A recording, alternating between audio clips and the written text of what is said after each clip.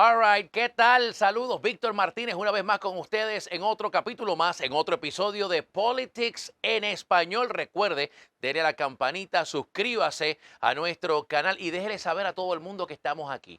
En la plataforma digital donde discutimos, hablamos de la política de los Estados Unidos, pero en nuestro idioma en español. Recuerde también que tenemos una versión de audio de este programa que se llama Politics en Español, pero en las diferentes plataformas de audio. Spotify, iHeartRadio, Amazon Music, Apple. Ahí usted también puede suscribirse. Tenemos nuestro canal de video y tenemos nuestro canal de audio. Y déjele saber a todo el mundo, tenemos también nuestro Facebook, Politics en Español. Búsquenos en Facebook. Tenemos un programa súper interesante el día de hoy porque, señores, Donald Trump tiene ahora la posibilidad de ser arrestado por tercera vez y enfrentar cargos criminales por tercera vez. Sí, otra vez. Bueno, el fiscal federal esta semana le entregó a Donald Trump una carta oficial notificándole que él es el blanco de investigación. Dicen los expertos, dicen los que saben, y yo solamente lo repito, que cuando una persona recibe una carta del fiscal notificándole que es el blanco de una investigación, eso significa que los cargos criminales son eminentes. Vamos a escuchar este audio de un fiscal federal, un ex fiscal federal que habla sobre la importancia de recibir una carta por parte de un fiscal federal notificándole que es el blanco de una investigación. Veamos. The last thing you ever want in the world is to get a target letter, because a target letter means to you you're done. It means you're going to get indicted, and it doesn't get sent. You know, it's not like a subpoena. Prosecutors can send subpoenas out like it's nothing. But a target letter is a big deal, and it's a big deal when they receive it in the Trump camp. It must have set off an awful lot of alarms, meaning what do we do next because I'm about to be indicted. Bueno, ahí usted lo ve. Donald Trump recibe la carta oficial. All right. Donald Trump, él mismo fue el que lo anunció. Él mismo, como ya es costumbre, le dijo al mundo que el fiscal se comunicó con él y que le dio 4 días para que fuera ante el gran jurado a dar su versión, a defenderse y demás. Esto va paralelo con lo que ocurrió en Miami. Ustedes recordarán que al igual que ahora, en Miami pasó lo mismo. El fiscal notifica a los abogados de Donald Trump de que él es el blanco de una investigación. Se le extiende a Donald Trump la oportunidad de que vaya ante el gran jurado, de que presente evidencia, de que presente su versión de los hechos. Donald Trump se negó, dijo que no, y días después llegó la orden de arresto y Donald Trump tuvo que en Miami entregarse a las autoridades y ahora enfrenta 37 cargos criminales. Bueno, pues ahora en Washington, D.C. está ocurriendo lo mismo. Se le entregó la carta, se le notificó, se le extendió la invitación. Sabemos que Donald Trump no va a aceptarla, él no va a testificar, él no va a hablar. Esperamos que en los próximos días emitan una orden de arresto, Donald Trump tenga que viajar a Washington y entregarse a las autoridades. ¿Cuántos cargos criminales?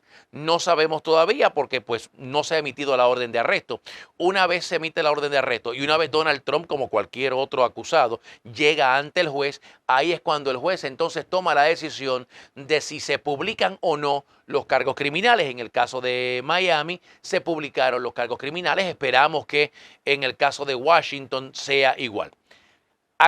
¿De qué hablamos cuando nos referimos a estos cargos criminales? Bueno, pues esta es la investigación que tiene que ver con lo ocurrido el 6 de enero en el Capitolio de Washington. Como ustedes recordarán, y aquí les vamos a enseñar las imágenes, el día 6 de enero hubo un intento de un golpe de Estado. Trataron de robarse las elecciones y un grupo de personas, fanáticos en su mayoría, si no todos, de Donald Trump, a la fuerza entraron al Capitolio. Pelearon contra policías, tuvieron altercados con oficiales, incluso oficiales de la policía del Capitolio murieron. Una persona, una mujer que era parte de los que estaban protestando y entrando a la fuerza, también murió cuando uno de los oficiales dentro del Capitolio le disparó cuando ella estaba tratando de entrar a una área restringida, donde tenían a la que entonces era presidenta de la Cámara de Representantes, la Speaker de la Cámara de Representantes, Nancy Pelosi. O sea que fue un día sangriento, un día triste para este país. La primera vez en los más de 200 años, 247 años de historia, donde el pueblo entra a la fuerza al Capitolio de los Estados Unidos para tratar de detener la certificación de unas elecciones. Bueno, se cree, y ahora el fiscal se cree también, va a presentar cargos criminales en contra de Donald Trump, de que hubo una conspiración donde Donald Trump y sus secuaces, Roger Stone, Rudy Giuliani y otros, conspiraron, organizaron y crearon todo esto, que ellos fueron parte de la preparación en conjunto de unos grupos que ahora son considerados terroristas domésticos, que son los Oath Keepers y también los Proud Boys. Los líderes de estas dos organizaciones ya fueron enjuiciados y fueron sentenciados. A uno de ellos le pusieron 18 años de cárcel. Bueno, se cree que Donald Trump y sus secuaces, como decimos nosotros, estuvieron involucrados en crear todo este evento, que todo lo que ocurrió en el Capitolio fue organizado, diseñado para que lo que ocurrió fuera lo que ocurriera. O sea, que esto no fue que de momento los que estaban allí de la nada decidieron entrar. No, que esto fue organizado. Y ahora el fiscal dice tener suficiente evidencia para comprobar de que Trump estuvo involucrado y esos son los cargos criminales que vamos a estar esperando en los próximos días. Esto también, recuerden, va a la mano de los cargos criminales que se creen van a ser metidos en contra de Donald Trump, sometidos en contra de Donald Trump en Atlanta, Georgia. En el caso de Atlanta, Georgia, se cree que a Donald Trump se le va a acusar por intentar robarse las elecciones en ese estado. En el caso de Georgia es muy interesante porque ahí hay grabaciones de Donald Trump. Se dicen que hay 3 grabaciones. Yo he tenido la oportunidad de escuchar una de ellas, donde Donald Trump, muy famosa la grabación, le pide al secretario de Estado, que es republicano, que busque, que consiga en cualquier sitio, en algún lugar, no sé, aquí debajo, acá, en algún sitio, busque 11.700 votos para así cambiar los resultados de las elecciones. Se dice que Donald Trump llamó también al portavoz, al presidente de la Cámara de Representantes Estatal de Georgia, otro republicano, para también tratar, utilizando la legislatura, de cambiar los resultados de las elecciones. Nada de eso funcionó, nadie lo ayudó, al contrario, lo grabaron. Esa es la evidencia que se dice se tiene en contra de él en el caso de Georgia. Y Joe Biden ganó las elecciones de Georgia, lo que le dio la victoria en ese estado para ser presidente de los Estados Unidos. Por otro lado, la fiscal del estado de Michigan anunció cargos criminales en contra de 16 personas, miembros del Partido Republicano de ese estado, que decidieron falsificar documentos para hacerse pasar como oficiales electores falsos. Para los que no saben y no conocen la política de los Estados Unidos, en este país nosotros vamos a votar el día de las elecciones, pero no es el pueblo el que determina quién es el presidente, no es el que saque la mayoría de los votos. No, así no funciona aquí. Cada estado tiene designado una cantidad de electores. El primer candidato que llegue a 276 electors es el que se convierte en el presidente de los Estados Unidos. ¿Cómo se distribuyen estos electores? Bueno, cada estado tiene la manera de hacerlo. Hay estados que, basado en quién ganó la mayoría de los votos, le entregan todos los electors al candidato que ganó. Hay estados que dividen esos electores basado en porcentaje. El porcentaje que sacó Joe Biden, el porcentaje que sacó Donald Trump, se dividen los electores. Y el primero que llegue a 276 es el que se convierte en presidente de los Estados Unidos. Ok, en Michigan se alega que estas 16 personas falsificaron documentos para hacerse pasar fraudulentamente como electores y ellos cambiar los resultados de las elecciones para darle la victoria a Donald Trump.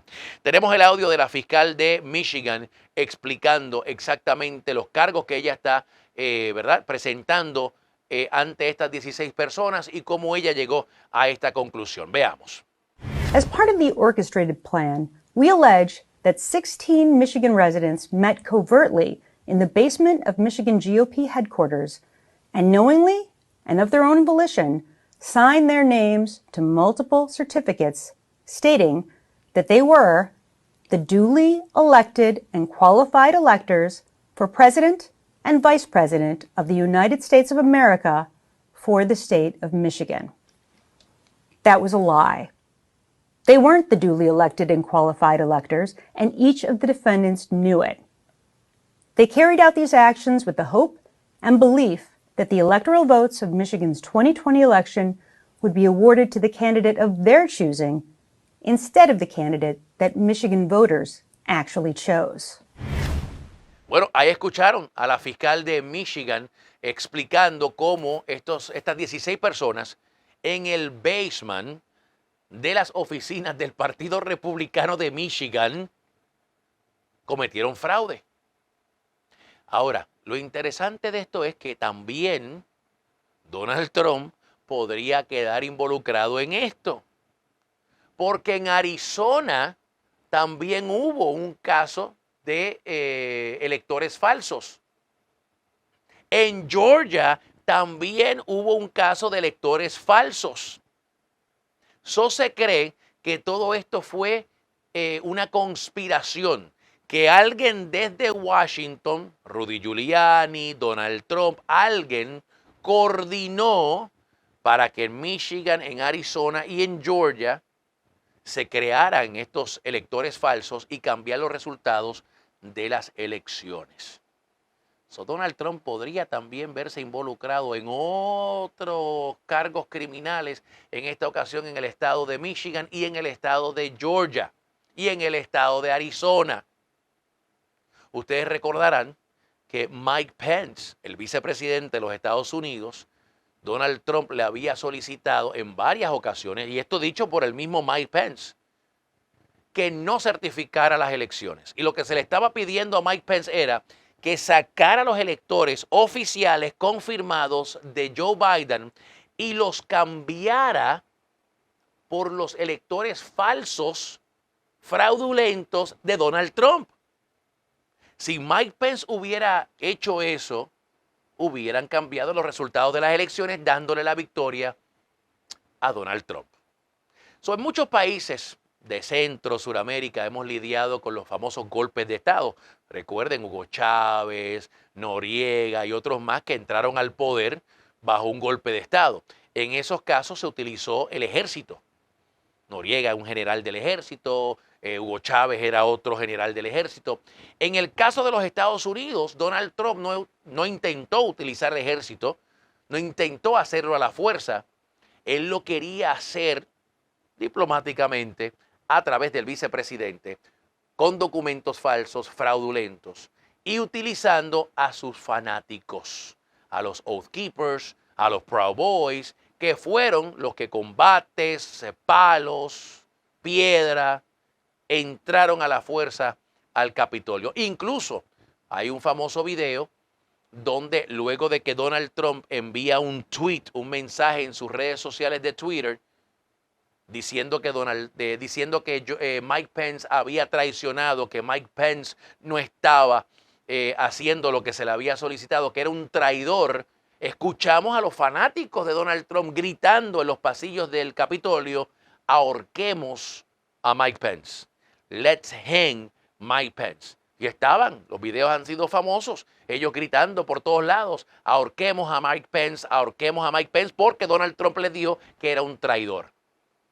Mike Pence ha testificado y ha dicho públicamente, incluso hasta escribió un libro donde él dice que él habló con jueces federales, habló con expertos de la Constitución y que todo el mundo le decía que él no tenía la autoridad. Y seguro que no la tenía.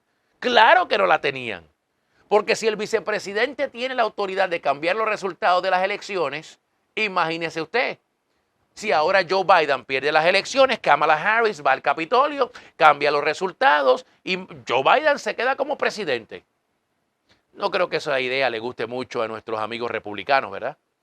Si Kamala Harris y Joe Biden no pueden cambiar los resultados de las elecciones, pues tampoco Mike Pence y Donald Trump. Imagínese que Joe Biden, como vicepresidente de los Estados Unidos, cuando estaba con Obama, hubiera llegado al Capitolio y hubiera dicho: no, yo voy a cambiar los resultados, Hillary Clinton es la presidenta. Ah, ahí no, ¿verdad? Ahí no, ahí Joe Biden no tenía la autoridad de hacer eso.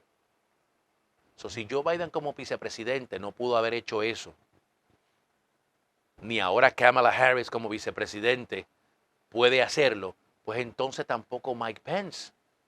En ningún lugar en la Constitución, y esto lo dicen expertos, en ningún lugar de la Constitución dice que el vicepresidente tiene la autoridad de hacer ningún cambio. Lo único que dice la Constitución es que el vicepresidente es el que está a cargo de la ceremonia, del proceso de contar los votos de los electores y certificarlo. Eso es todo. En ningún otro sitio de la Constitución dice nada más.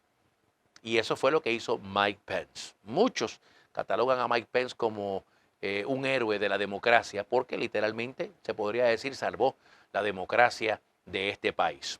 Señores, interesante. Ahora Donald Trump con cargos criminales federales en Miami por haberse robado documentos secretos del país, por haber también compartido documentos secretos de este país. Tenemos grabaciones de eso también.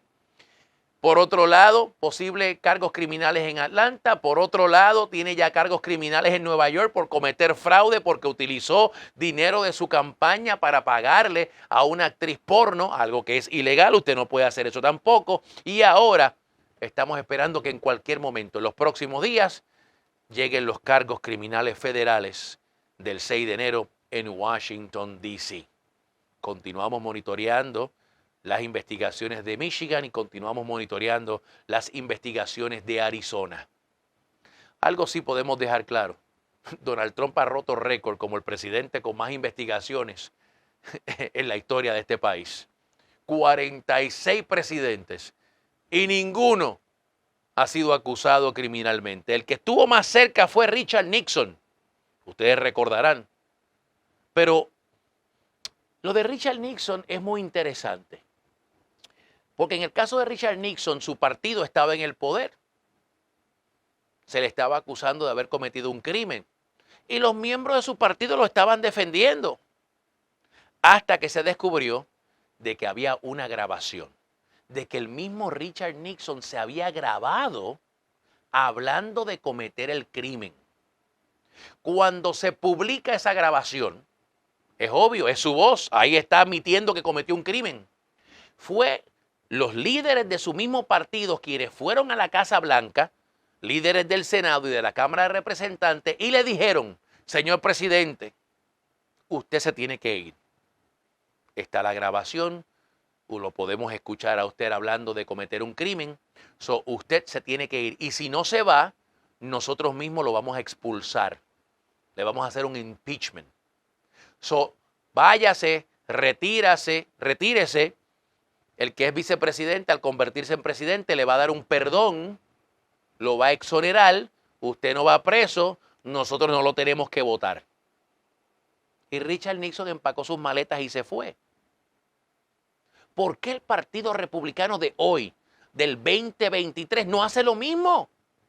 Porque tenemos las grabaciones. Tenemos grabaciones de Trump llamando a Georgia, pidiendo que cambie los resultados de las elecciones, pidiendo que busquen votos donde no existen. Tenemos la grabación de Donald Trump admitiendo en esa grabación que él tiene documentos secretos que no están desclasificados y de que él no tiene la autoridad de desclasificar esos documentos. Está admitiendo que está cometiendo un crimen. Está grabado. ¿Por qué el Partido Republicano de hoy no hace lo mismo que hizo el Partido Republicano con Richard Nixon cuando ellos mismos fueron y le dijeron, señor presidente, lamentablemente no podemos apoyarlo? ¿Con qué cara? ¿Cómo? Si usted está grabado admitiendo que está cometiendo un crimen. Esa pregunta quedará para la historia y el Partido Republicano en algún momento de la historia va a tener que explicar por qué han permitido que Donald Trump continúe apoderándose de su partido, manteniendo el control de su partido, cuando es obvio, cuando hay grabaciones en la voz de él, cuando hay testigos. Miren, yo lo digo y lo sigo repitiendo. Para mis amigos republicanos que dicen que esto es una persecución política, que el Departamento de Justicia está corrupto, que esto es Joe Biden utilizando la fuerza legal del gobierno para aplastar a Donald Trump políticamente, para sacar del miedo a Donald Trump políticamente porque le tiene miedo. Para mis amigos republicanos que me presentan ese argumento, yo siempre les tengo la misma respuesta. Si esto es una persecución política, ¿por qué todos los que están testificando son republicanos? ¿Por qué todos los que están entregando evidencia al fiscal son republicanos? Mire, Donald Trump le pidió a la Corte Suprema de Atlanta, Georgia, del estado de Georgia, en Atlanta, que desestimaran los cargos, que eliminaran la investigación y que despidieran a la fiscal. Esos son jueces republicanos en un estado republicano, una corte conservadora. Le dijeron que no, que ellos no tienen esa habilidad, que no tienen esa autoridad. ¿Quiénes fueron los que grabaron a Donald Trump en Georgia? El secretario de Estado, republicano, el speaker, presidente de la Cámara de Representantes estatal, republicano, el gobernador de Georgia, republicano. ¿Quién le entregó al comité del 6 de enero más de 30,000 documentos entre mensajes de email y correos electrónicos? Y luego se los entregó al fiscal. Mark Meadows, republicano, jefe de personal, chief of staff de Donald Trump. Ahora se dice que Rudy Giuliani, ex abogado de Donald Trump, republicano, voluntariamente aceptó hablar con el fiscal. El gobernador de Arizona, escuche esto, el gobernador de Arizona habló también con el fiscal federal y admitió que Donald Trump lo llamó en un sinnúmero de ocasiones para tratar de convencerlo de que cambiara los resultados de Arizona. ¿Y ese gobernador qué es? Republicano. Si esto es una persecución política, ¿por qué todos los que están entregando la evidencia en contra de él y testificando en contra de él son qué? Republicanos. No me vengan con el cuento de que esto es una persecución política, de que el FBI es corrupto, cuando son los del mismo partido de él, los mismos que trabajan para él o trabajaron para él, los que están entregando la evidencia en su contra. Vamos a continuar monitoreando la situación. Vamos a ver qué otro breaking news, qué otra noticia de última hora le vamos a tener durante los próximos días. Gracias por acompañarnos. Gracias por estar con nosotros. Recuerde, dele a la campanita, suscríbase al canal para que así le notifiquen cuando tengamos otro episodio. Compártalo con sus amigos. Búsquenos en las plataformas de audio de podcast, Politics en Español, y búsquenos en Facebook como Politics en Español. Yo soy Víctor Martínez. Será hasta la próxima. Chao.